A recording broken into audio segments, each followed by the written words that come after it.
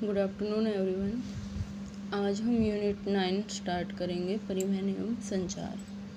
परिवहन एवं संचार इस यूनिट में हम पढ़ेंगे कि परिवहन के बारे में, परिवहन क्या होता है, कितने प्रकार का होता है, जिसके अंदर हम सड़क मार्ग, रेल मार्ग, जल मार्ग, वायु मार्ग, पेट्रोल एवं गैस पाइपलाइन, इनके बारे में, भौगोलिक सूचना एवं संचार तकनीक, इनके बारे में हम इसमें चर्चा करेंगे।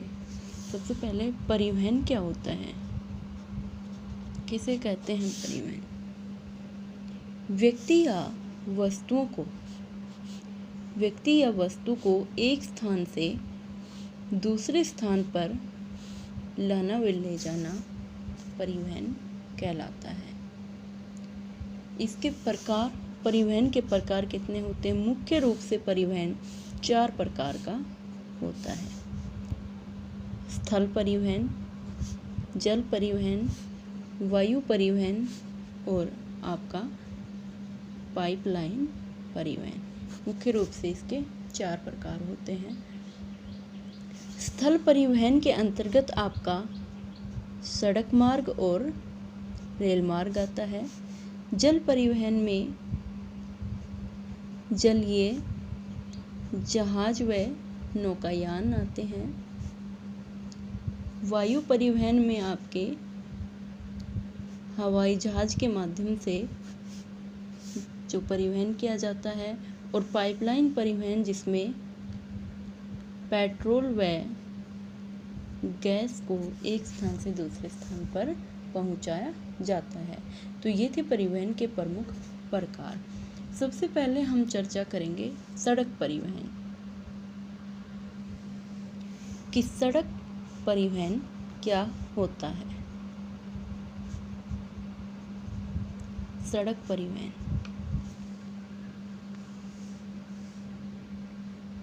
जो परिवहन छोटी दूरी के लिए अधिक उपयोगी माना जाता है, छोटी दूरी तय करने के लिए अधिक उपयोगी माना जाता है, वो सड़क परिवहन के अंतर्गत आपका आता है। तो सड़क परिवहन में क्या होता है कि गांव के मध्य दूरी कम होती है, या कोई शहर है जिसके आसपास में सटे हुए गांव होते हैं जो शहर से कम दूरी पर होते हैं और सड़क के द्वारा उस शहर से जुड़े हुए होते हैं, तो वो अपने सामान को उस स्थान पर बहुत ही आसानी से पहुंचाते हैं, और शहरों में जो तैयार माल होता है उसको भी अपने तक आसानी से ले आते हैं। जो आता है आपका सड़क परिवहन की प्रमुख विशेषता इसकी होती हैं। कौन कौन सी इसकी विशेषताएं होती हैं, उन विशेषताओं को कि सड़क परिवहन की कौन सी विशेषताएं होती हैं। छोटी दूरी के लिए सड़क परिवहन बहुत अधिक उपयोगी माना गया है। वस्तु या माल को गांव तक, घरों तक पहुंचाने के लिए, कोई कीमती वस्तु या तैयार माल जो दैनिक उपयोग के लिए प्रयोग में किए जाते हैं, उसमें गांव में घरों तक उस सामान को पहुंचाने के लिए सड़क परिवहन अत्यंत उपयोगी माना जाता है। कच्ची सड़कें जो होती हैं गांव के अंदर, कच्ची सड़कें जो होती हैं वो आसानी से बनाई जा सकती हैं, और उन पर खर्चा भी जो होता है बहुत कम आता है।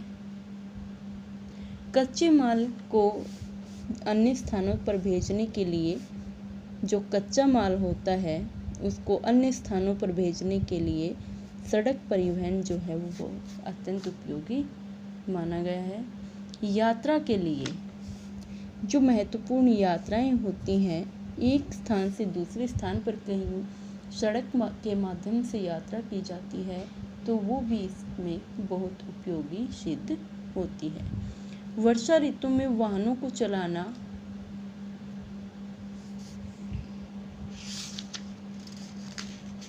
तो ये थी इसकी विशेषताएं। अब इसके बाद आएंगे कि इसकी हानियां क्या क्या होती हैं सड़क परिवहन की। वो तो सड़क परिवहन के लाभ हो गए, लाभ या विशेषताएं। उसके बाद आता है कि हानि क्या होती है सड़क परिवहन से। तो वर्षा ऋतु में वाहनों को चलाना बहुत क्या हो जाता है, मुश्किल हो जाता है। सड़कों के निर्माण में अधिक पूंजी, जो आपके नेशनल हाईवे, स्टेट हाईवे होते हैं, उनके निर्माण में बहुत अधिक पूंजी लगती है। जैसे कि अभी आपका नारनौल से रेवाड़ी का जो हाईवे बन रहा है, उससे आप अंदाज़ा लगा सकते हो कि कितनी पूंजी जो है उसके अंदर वेस्ट की जा रही है। पक्की सड़कें अधिक वर्षा व बाढ़ के कारण प्रभावित होती हैं। जो पक्की सड़कें होती हैं वो बाढ़ आ जाए या वर्षा हो जाए उससे अधिक प्रभावित होती हैं। यानी कि वहाँ पर एक तो वो इतनी बिजी होती हैं, जो नेशनल हाईवे, स्टेट हाईवे जो हैं आपके, एक तो बिजी होते हैं इतने, और ऊपर से बाढ़ आ जाने पर उसके अंदर जो पानी भर जाता है तो लोगों को आने जाने में भी अधिक असुविधाएं देखने को मिलती हैं, और लोग एक स्थान से दूसरे स्थान तक भी आसानी से नहीं जा पाते हैं, जो उसके बहुत अधिक असुविधाजनक होते हैं। उससे आगे आता है महामार्ग। महामार्ग किसे कहते हैं? दूर दूर के स्थानों को जोड़ने वाली पक्की सड़कें क्या कहलाती हैं? महामार्ग कहलाती हैं। जैसे कि आपका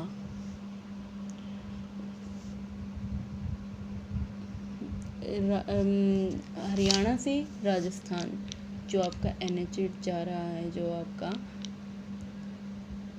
दिल्ली से जयपुर तक, तो वो जो महामार्ग है, काफ़ी लंबी दूरी जो है वो सड़क पार कर रही है। इसका निर्माण अच्छे तरीके से किया जाता है ताकि आने जाने में परेशानी ना हो, और विकसित देश जो है प्रत्येक नगर के महामार्ग से जुड़े हुए होते हैं। जो डेवलप्ड कंट्री होते हैं वो हर एक देश के महामार्ग से जुड़े हुए मिलते हैं, ताकि वो आयात निर्यात सामान का आसानी से उन महामार्गों के माध्यम से कर सकें। सड़क परिवहन का विश्व वितरण आता है उसके बाद, कि सड़क परिवहन कहाँ पर अधिक व कम पाया जाता है। सबसे अधिक सड़क परिवहन, जो सबसे अधिक विकसित सड़क परिवहन देखा गया है, वो देखा गया है अमेरिका में। इसके अंदर महामार्गों का जो घनत्व है वो भी उच्च है। महामार्गों का घनत्व भी यहाँ पर उच्च पाया जाता है, और प्रत्येक स्थान पर महामार्ग से केवल 20 किलोमीटर की दूरी पर है। महामार्ग हर एक 20 किलोमीटर की दूरी पर जो है महामार्ग वहाँ पर बने हुए हैं आपके अमेरिका में। दूसरे नंबर पे आता है यूरोप। महामार्गों का विशाल जाल यहाँ पर पाया जाता है, और वाहनों की संख्या भी काफ़ी अधिक होती है। वाहनों की भी अधिक संख्या यहाँ पर पाई जाती है। इससे आगे आता है भारत। तीसरे नंबर पर भारत में अनेकों महामार्ग हैं, जैसे NH7 जो आपका कन्याकुमारी से, वाराणसी से कन्याकुमारी तक जाता है। NH7 वाराणसी से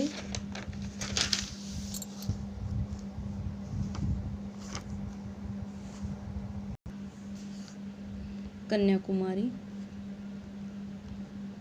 जो आपका भारत का सबसे लंबा नेशनल हाईवे है NH7। इसकी जो कुल लंबाई है वो 2369 किलोमीटर बताई गई है, और ये 6 राज्यों से होकर गुजरता है। जो 6 राज्य हैं आपके UP, MP, महाराष्ट्र, आंध्र प्रदेश, कर्नाटक व तमिलनाडु। ये जो राज्य हैं इनसे आपका नेशनल हाईवे NH7 जुड़ा हुआ है।